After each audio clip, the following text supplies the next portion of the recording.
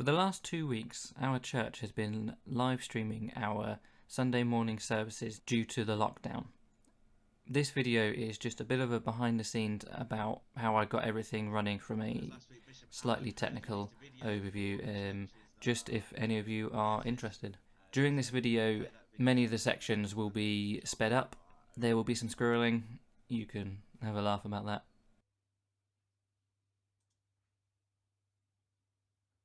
So the way that the streaming works is that I have a program called OBS, which is what creates the scenes and sends them to YouTube as a single video stream. A scene is essentially each section that comes up on the screen at once, be it the Zoom call that Tim is hosting.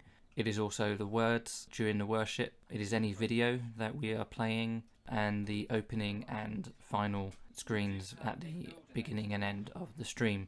Each of those are their own individual scene, and OBS is a switcher that goes between them and to some extent also controls the audio inputs and outputs so that I don't have to do any muting or anything like that.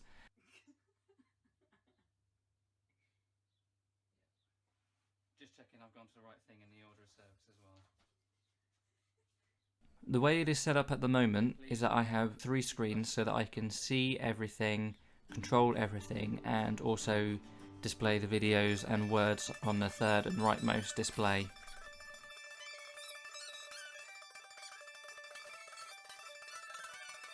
You can kind of see on the left I have the control of the live stream on YouTube, as well as the OpenLP, which is the software we use for displaying the song words. This is the same software we use at church on a Sunday, so you might recognise the backgrounds. On the centre screen I have OBS, and I also have the Zoom window where I can see Tim. You will see I will have multiple views of the same window. This is just the way OBS works. It shows you what you are sending out, so there could be up to 3 instances of Tim on one screen. I also have the iPad on the desk below, which is how I am monitoring the live stream as it comes out of YouTube itself. And I can turn the volume up on that if I need to, but for the most part that is muted.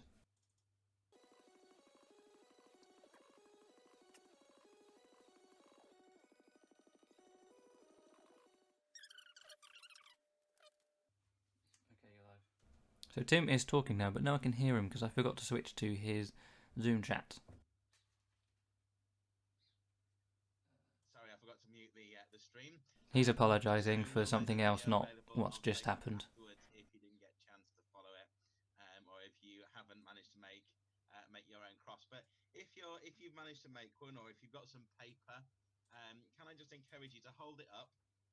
I'm just going to pray over these. So here I am switching from Tim's stream to the worship stream. It is initially a blank screen until Jen puts the words up. Jen is controlling via the iPhone in her hand.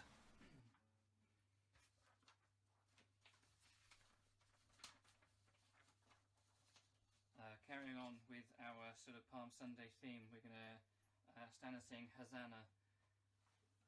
Tim is worshipping via Zoom, so he will be in sync with us. The actual YouTube live stream is about 20 to 30 seconds behind real time. When you see Tim using his phone, he is actually following the word.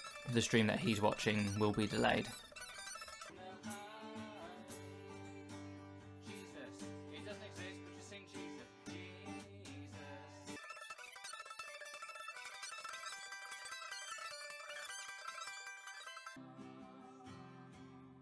The worship setup is pretty simple. It is just a single microphone and all the vocal and guitar is going through the same microphone. Good morning. This is one of my more favoured screens where I'm displaying the Bible reading and the Zoom call at once. 21, verses 1 to 11. The triumphal entry. So let's pray. This is one of those instances where you see Tim is on my computer 3 times. So we've got the Zoom chat, the OBS client, and then the YouTube studio on the very left, and then finally on the iPad down the bottom. One thing I tried to do was not to use any software or hardware muting outside of OBS, because then you can end up with situations where you think you have sound but you don't, and you might not notice for a good while, then people might think that the stream is broken. Because of the builders we had next door, we were worried that they were going through the microphone, which I have is quite sensitive, and then being picked up by Tim's microphone when he's playing through his speakers and going back in. So during the sermon, I come back into the study and I had muted my microphone, but then when I went back to playing worship about 10 minutes later, I started playing, but I'd forgotten to put the volume up again, and this is exactly what I was trying to avoid by having any muting outside of the OBS switching software itself.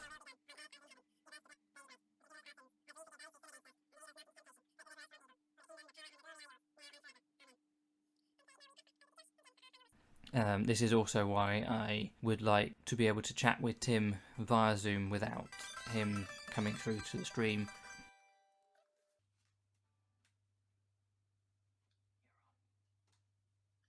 Well, thanks very much for joining us this morning. The biggest challenge I have faced during the sermons themselves is the anxiety of whenever I'm actually leading worship itself. The way the room is set up is I am faced away from the screen and I can no longer see things like the stream health. I can't see if it breaks in any way, or if things like, if anything crashes like Zoom or OBS or just anything. And that's probably better that I'm not distracted by the computer, and it's only 10 minutes, but having to do both hosting the stream and leading worship can be a bit, it's just it just leaves me anxious during those times when I'm like faced away and can't do anything.